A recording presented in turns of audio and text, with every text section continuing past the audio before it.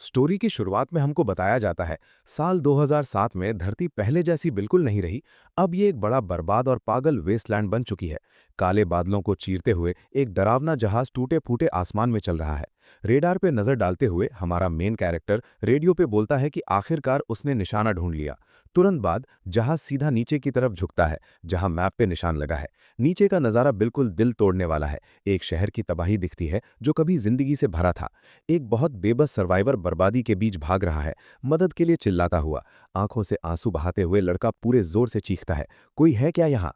अचानक एक बड़ा मस्कुलर मॉन्स्टर नीचे गिरता है, जमीन को तोड़ के उसके सामने। डर के मारे लड़का पीछे हटता है जब वो गंदा जानवर कूदने की तैयारी करता है। और बुरा ये कि एक और मॉन्स्टर पीछे से आ जाता है। लड़का जोर से निगलता है और मदद के लिए चीखता है।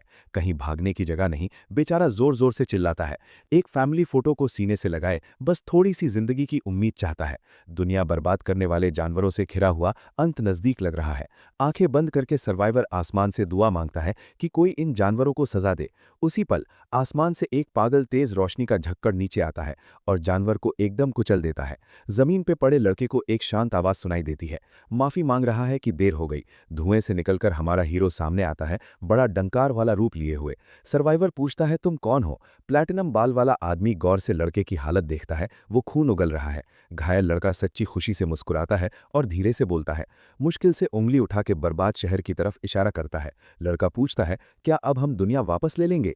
हीरो सर हिला के हाँ बोलता है, ले लेंगे। लेकिन अफसोस, लड़का बच नहीं पाता। हीरो उससे कहता है, चैन से सो जा। आंसू पोंछते हुए प्लैटिनम हीरो बोलता है, तेरी बहादुरी के लिए शुक्रिया। तबाही के बीच खामोशी छा जाती है। हीरो दुख में सर झुकाए खड़ा रहता है। तभी रेडियो पे आवाज आती है, क्या जिन देर से पहुंच गया? चश्मा पहने साइंटिस्ट बोलता है, शायद ये इलाके का आखिरी सर्वाइवर था, सच एक्सेप्ट कर लो। हीरो चुपचाप सुनता है, हाल को समझता है। सीधा डॉक्टर बोलता है, इंसानियत खत्म हो चुकी है। प्लैनेट के बहुत ज्यादा गंदे होने से पैदा हुए ये म्यूटेंट जानवर पूरी दुनिया पे छा गए। इन्हें करप्टर्स कहते हैं। ये नया ग्लोबल संकट बन गए। इनका चमत्कारी ठीक होने का पावर था, न्यूक्लियर बॉम्ब भी इन पे काम नहीं किए। जोर से गरजता हुआ एक बड़ा जानवर दिखाता है कि इंसानों के सारे हथियार बेकार हैं। फिर भी लोग हारे नहीं। कई अजीब तजुर्बे करने के बाद लड़ने का तरीका ढूंढा। लेकिन डॉक्टर सच बोलता है, अब बचाने के लिए कौन बचा है? बहुत देर हो चुकी, कोई सिविलियन नहीं बचा। फिर भी कोट वाला योद्धा अपनी बात पे अड़ा रहता है। अब भी कुछ कीमती चीज है यहाँ। बर्बादी में चलते साइंटिस्ट शक करता है कि कोई नहीं बचा। हीरो मान लेता है। नारंगी आसमान की तरफ देख के बोलता है, उम्मीद दूर भविष्य में है। डॉक्टर के बनाए नैनो मशीन्स जो माहौल को ठीक करते हैं वो दिखाता है। मरे हुए जानवर के हाथ में चमकता हरा कोर दिखाता है। टेक्नोलॉजी की ताकत साफ दिखती है। जानवर का ठीक होना रोकती है और प्लैनेट को जल्दी ठीक करती है। हीरो बोलता है, एक दिन धरती फिर सुंदर बनेगी। डॉक्टर हल्की मुस्कान के साथ बोलता है, ये तो परी कथा जैसा लगता है, लेकिन शायद सभ्यता फिर से खिले। पीठ मोड़ के हीरो बोलता है, मेरे लिए इतना ही काफी है। इस छोटी सी उम्मीद पे सब कुछ दांव पे लगा देता है। अंडरग्राउंड लैब के कॉरिडोर में घुस के सोचता है कि उसकी ताकत भविष्य में जरूरी होगी। हाईटेक पॉड में लेट के लंबा सोने की तैयारी करता है। साइंटिस्ट पैनल पे काम करता है। सोच में डूबा डॉक्टर बोलता है, इस अंदाज पे भरोसा करना शायद कल को बचा ले। कांच पे बटन दबाते हुए बोलता है, ये मौका आगे भेजना सब कुछ के लायक है। तुरंत क्रायो स्लीप शुरू होता है। साल जीरो से शुरू होते हैं एक जानवरों भरी दुनिया में। साल तेजी से गुजरते हैं। स्पेस से देखो तो प्लैनेट लाल ही रहता है। हजारों साल बाद बड़े जानवरों के लाशें सूख के सूखे जमीन पे पड़े रहते हैं। लाखों साल पे पहुंचते ही नीला और हरा रंग दिखाई देने लगता है। घाव भर रहे हैं। धीरे धीरे पुराने जानवर फॉसिल बन जाते हैं। नया माहौल बनाते हैं। 1 लाख साल के करीब सब कुछ हरियाली से ढक जाता है। खोपड़ी पे घास उगाती है। 3 लाख साल पे समुद्र फिर साफ पानी और सफेद रेत वाले हो जाते हैं। 100 करोड़ साल पार करते हुए धरती बिल्कुल नई दिखती है। नॉर्मल जानवर जैसे खुश खरगोश नई घास पे दौड़ रहे हैं। आखिरकार 1 बिलियन साल पे पहुंचता है। एक्सेस की कंफर्म होती है। मशीन हीरो को जगाती है। नए युग में सीन बदलता है। तेजी से दौड़ती लड़की ठंडे पसीने में भीगी हुई है। पीछे एक काला भेड़िया चमकती आंखों वाले 3 कान वाले बच्चों का शिकार कर रहा है। बिल्कुल बेबस लड़का पूछता है, क्या वो सुरक्षित जगह सच में है? लड़की कसम खा के बोलती है। ग्रुप को ले जाते हुए चेतावनी देती है, अगर नहीं मिली तो समझो मॉन्स्टर छो। जिंदगी बचाने के लिए दौड़ती लड़की पीछे नहीं मुड़ती। दिमाग में बार बार बोलती है, वो गार्डियन गॉड उसी जगह पे होगा। पत्थर के कॉरिडोर से गुजरते हुए बच्चे चमकते बंद कमरे में पहुंचते हैं। ऊपर देख के तीनों के होश उड़ जाते हैं। बड़े लोहे के दरवाजे के सामने लड़का रो पड़ता है, ये तो बंद रास्ता है।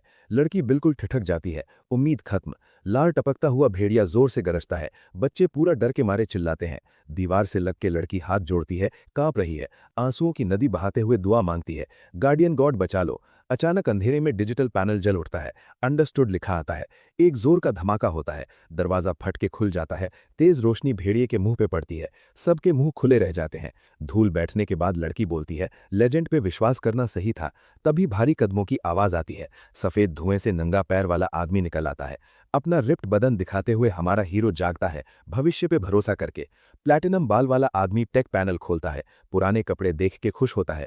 बेस के कंप्यूटर पे बैठ के सोचता है, कितने साल सोया था। ज्यादातर डेटा खराब है, लेकिन बेस अब भी ठीक है। ये चमत्कार है। जमीन पे पड़ी सिरिंज से समझ आता है कि नैनो मशीन्स ने सब कुछ बचा लिया।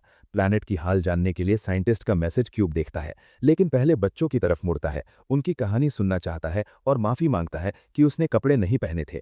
बच्चे पूरे शौक में खड़े रहते हैं। ये आदमी इतने साल बिना कपड़े के सोया था। जल्दी से हीरो अपना ब्लैक ओवरकोट पहन लेता है, बोलता है कितना अच्छा लग रहा है। फिर शेल्टर के बड़े स्टील दरवाजे खुलते हैं। धूप सामने आती है। दरवाजे से निकल के ग्रुप एक बिल्कुल अलग दुनिया देखता है। अनटच्ड हरियाली के सामने प्लैटिनम बाल वाला आदमी धरती को लाखों साल बाद देख के हैरान होता है। लड़की इंप्रेस होके बोलती है, तुम सच में गार्डियन गॉड हो, सब कुछ बदल गया है।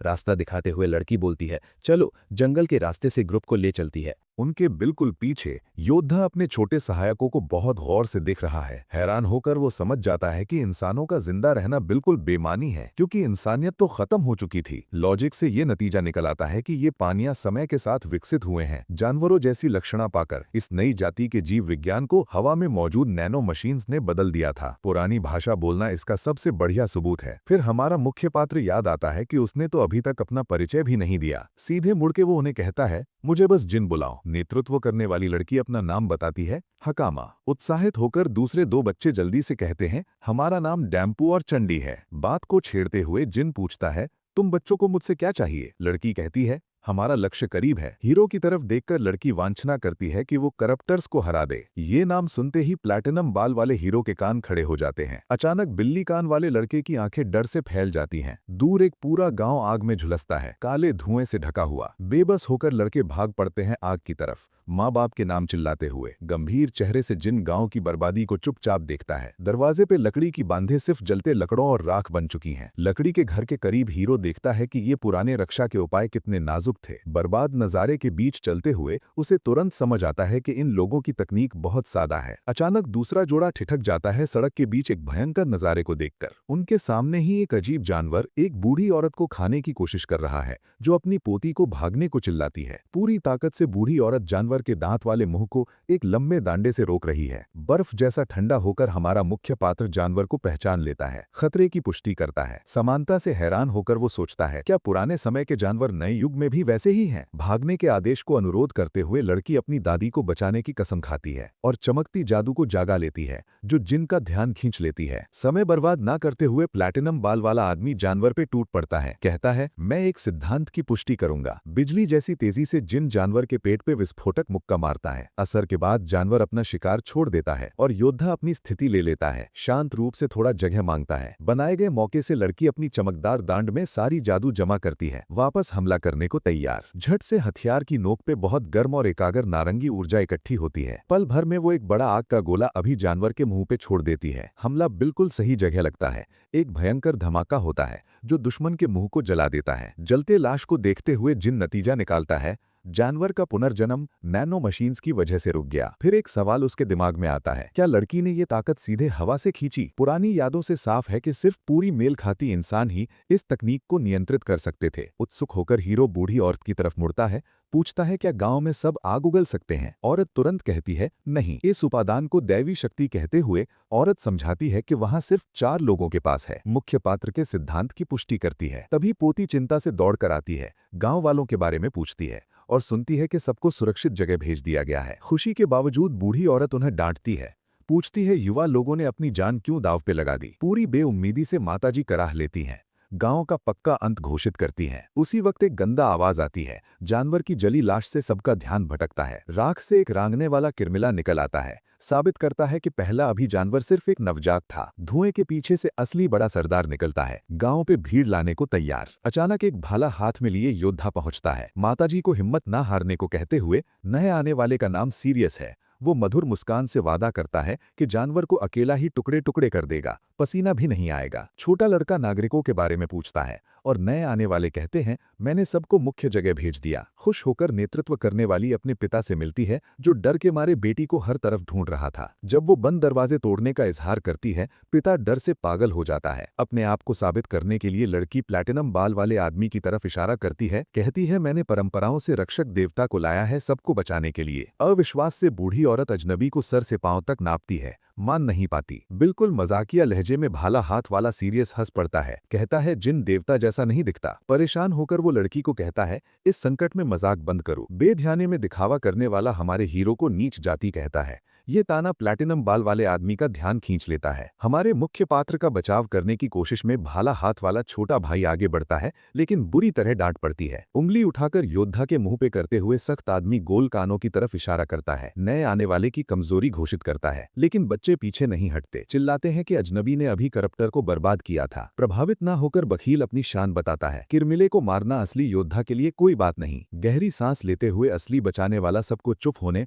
और 1 मिनट सुनने को कहता है। लेकिन गर्व अंधकार करने वाला भाला उठा लेता है, कहता है, ये गांव का मामला है, नए आने वाले को निकल जाओ। पीठ मोड़ते हुए वो आखिरी चेतावनी देता है कि जिन अपनी नाक ना घुसाए जहां उसका काम नहीं है। फिर भी पिता ये पागलपन रोकने की कोशिश करते हैं, लेकिन योद्धा जिद करता है कि वो बड़े जानवर से सामने लड़ेगा। अपने अहंकार की चोटी पे मुस्कुराते हुए ये दीवाना सबको कहता है, वहां छिप जाओ, मैं सब संभाल लूंगा। गुस्से में दादी योद्धा को बेवकूफ कहती है, अगर भाग जाता तो कम से कम जिंदा रहता। चुप। हमारा मुख्य पात्र ये निराश दृश्य देखता रहता है, कोई प्रतिक्रिया नहीं। सीधे प्लैटिनम बाल वाले आदमी को देखकर माताजी बच्चों को सुरक्षित आश्रय तक पहुंचाने की वंचना करती है, लेकिन लड़की तुरंत इनकार करती है। भाला हाथ वाले के साथ अपनी जान दांव पर लगाने का फैसला करती है। चेहरा न बदलते हुए जिन बूढ़ी औरत की मांग को सख्त रूप से ठुकरा देता है। गर्व से भरी युवा नेतृत्व करने वाली छाती फुला लेती है, मैं गांव के लिए लड़ूंगी। मजबूत कदम से हीरो चेतावनी देता है, मैं कभी किसी को नीच जाति ना कहने दूंगा, और फिर सीधे मर जाए।